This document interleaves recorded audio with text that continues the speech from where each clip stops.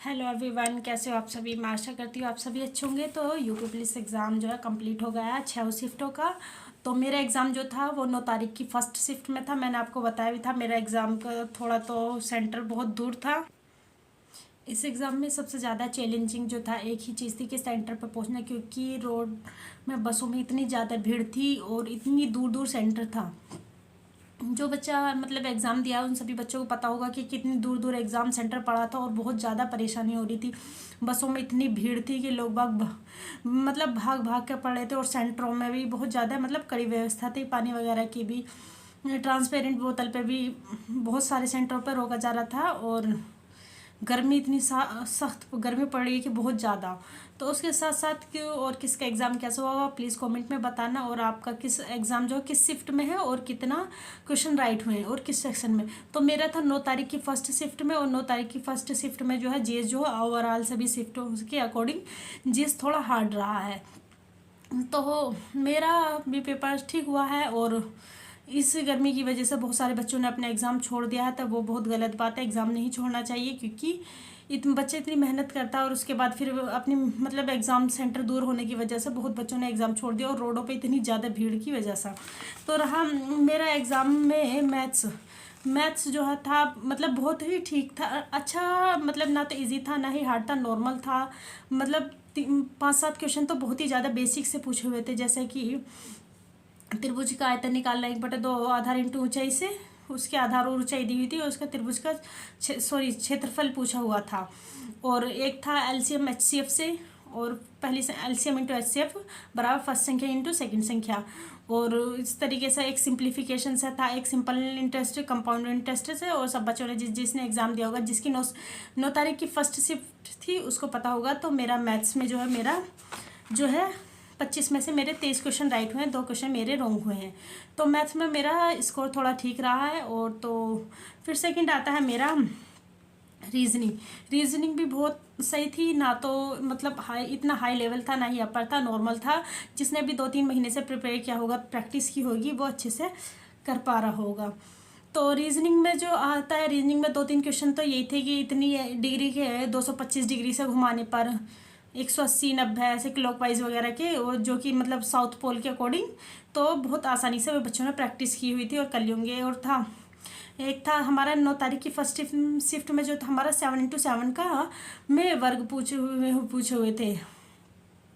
इस तरीके से रीजनिंग भी नॉर्मल थी। और 2-3 क्वेश्चन जो थोड़े टफ थे और जो कि थोड़ा टाइम टेकिंग थे। एक था मतलब 2020 और 21 का, वो भी इतना हार्ड नहीं था, आसान था।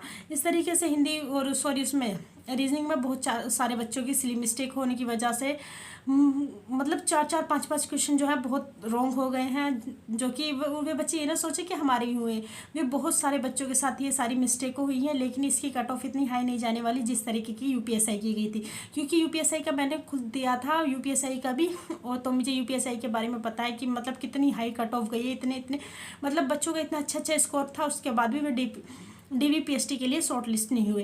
तो रहा इसका यूपी कांस्टेबल में इतनी हाई कट ऑफ नहीं जाएगी, क्योंकि वहाँ वैकेंसी 4543 थी, यहाँ 32,000 वैकेंसी हैं। तो जिसका भी 90-100 प्लस हो रहा है, तो मतलब फीमेल। और तो मैं नेक्स्ट वीडियो में बताऊंगी कि कौन सी शिफ्ट की मतलब कितना एवरेजली कितना नॉर्मलाइजेशन का मिल सकता है।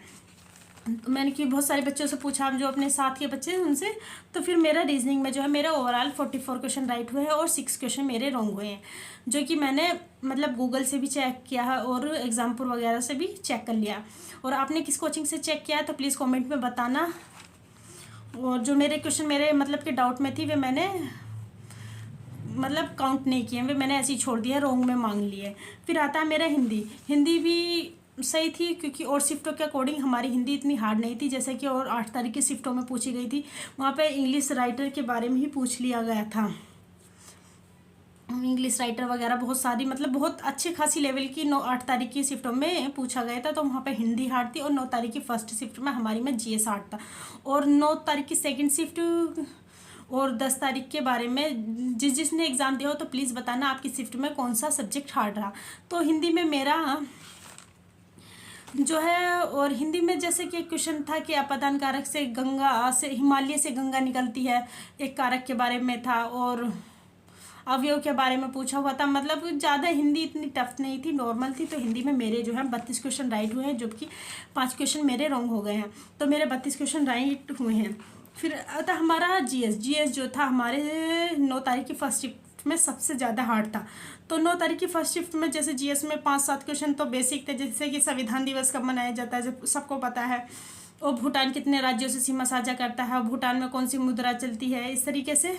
और चित्तौड़ का किला किस राज्य में स्थित है, और ये जो थे जीएसटी वगैरह ज़्यादा हार्ड नहीं था। तो ये तो मतलब जीएस के 5-7 क्वेश्चन तो नॉर्मल थे, और मतलब 5-6 क्वेश्चन तो इतने टफ थे कि जिनके बारे में मतलब ऐसा लग रहा था कि हमने पढ़ा ही ना हो। तो इस वजह से मेरे जीएस में कुल 29 क्वेश्चन राइट हुए हैं। तो मेरा ओवरऑल पेपर जो है ठीक हो गया है। और तो मेरे क्वेश्चन जो है 150 में से 128 क्वेश्चन मेरे राइट हुए हैं, जो कि 150 में से 128 क्वेश्चन राइट हुए हैं 9 तारीख की फर्स्ट शिफ्ट में। और आप सबकी किस शिफ्ट में कितने क्वेश्चन राइट हुए हैं प्लीज़ कमेंट में ज़रूर बताना। अगर आपको किसी भी चीज़ से कोई भी रिलेटेड क्वेरी हो तो कमेंट बॉक्स में ज़रूर बताना।